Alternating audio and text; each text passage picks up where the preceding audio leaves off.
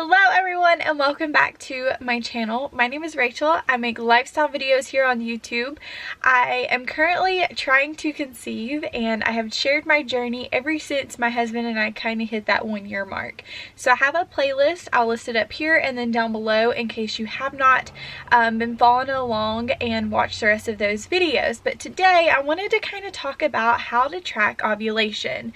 Now I know there's a lot of technical terms revolving around that, but I'm just gonna kind of give you a few definitions that is like scientifically correct and then kind of share like how I track ovulation and kind of my thoughts on it. Now trust me, my thoughts have changed since from the very beginning until now, but first I want to kind of tell you what ovulation is. So ovulation is when a mature egg is released from the ovary, moves down the fallopian tube, and is available in the fallopian tube to be fertilized.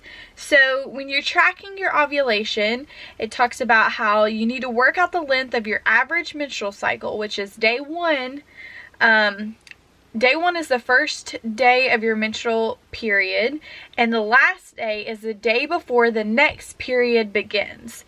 Ovulation typically happens about 2 weeks before the next expected period, and so if your average menstrual cycle is about 28 days, you ovulate around day 14. So that is kind of the technical terms and definitions of ovulation, but I'm going to kind of tell you a little bit about how I track ovulation and my thoughts on it. So I want to preface this by saying tracking ovulation can be a little, how should I say this? I guess when you start tracking ovulation, I feel like it can kind of start stressing you out because it can kind of put more pressure on you. And so when I was like hardcore tracking my ovulation, I actually learned a few things, but I also felt like I was a little more stressed out and a little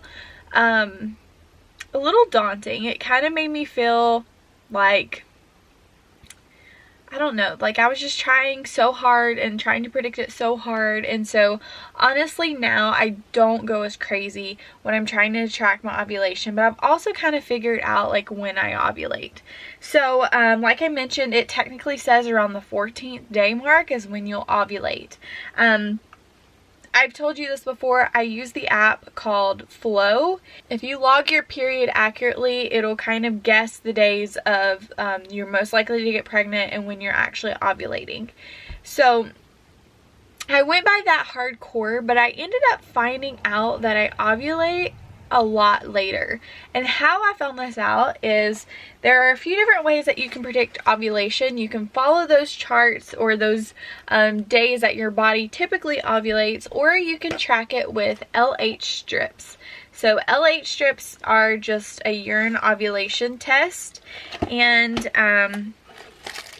here they just kind of look like these. I'll link these down below. This is just a set of ovulation strips and pregnancy tests that I bought on Amazon, which I highly recommend because you get a lot more bang for your buck.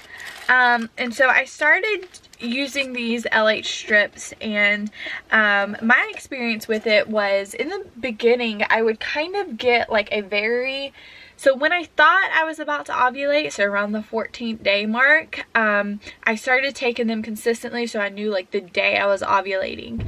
And I ended up finding out that like in the beginning it was like very faint line, very faint for a few days. And I was like, well, does this mean I'm ovulating? Like, what does that mean? It was such a faint line.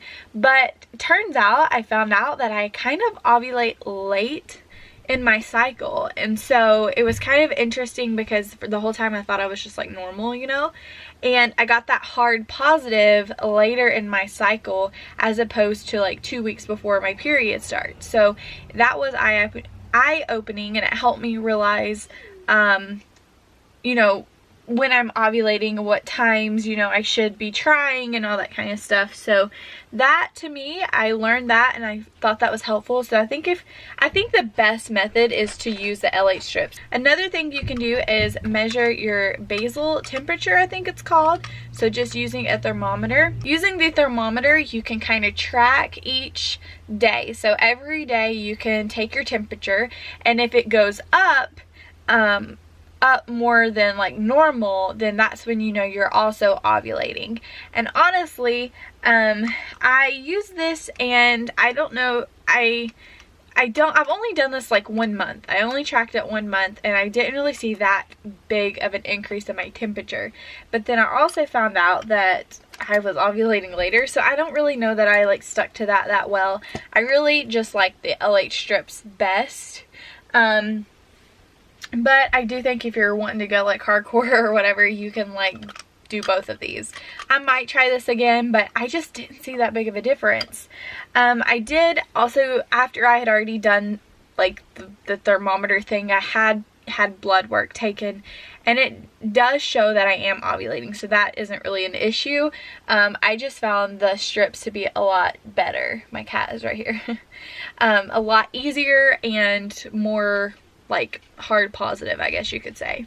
The last thing, which I didn't really know about, and is probably the thing that I use the most now. Now this might be TMI, so if you're like a guy or you're like not into knowing all this stuff, then I would probably click away.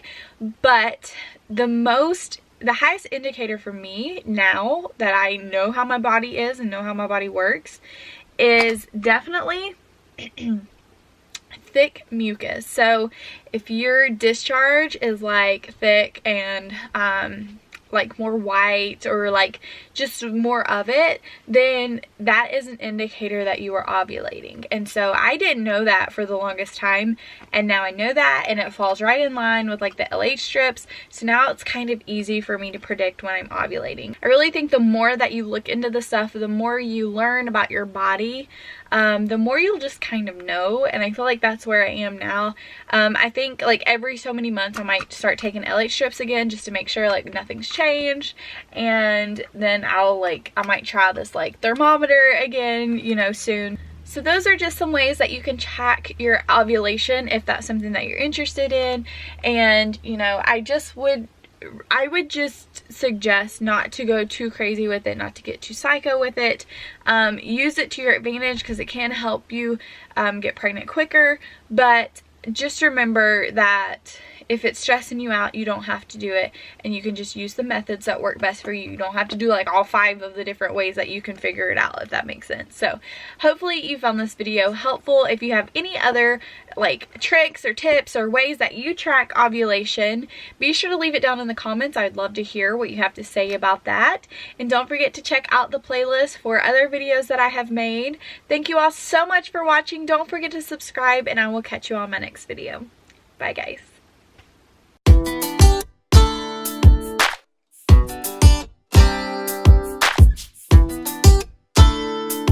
Oh yeah. Don't you know we're getting old for this game? So why you keep playing?